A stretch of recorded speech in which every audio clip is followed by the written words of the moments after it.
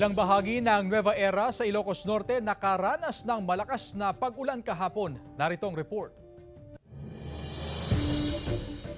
Binayo ng malakas na pag-ulan ang ilang lugar sa bayan ng Nueva Era sa Ilocos Norte kahapon. Buti na lang daw at nakapasok na sa loob ng simbahan ang mga dumalo sa misa. Ayon sa pari, hindi naman daw napirwisyo ang kanilang misa. Ipinagpapasalamat pa raw ng mga residente dahil lumamig ang panahon. Ilang araw na kasing maalinsangan ng panahon sa Ilocos Norte. Mahigit 30 minuto ang itinagal ng ulan.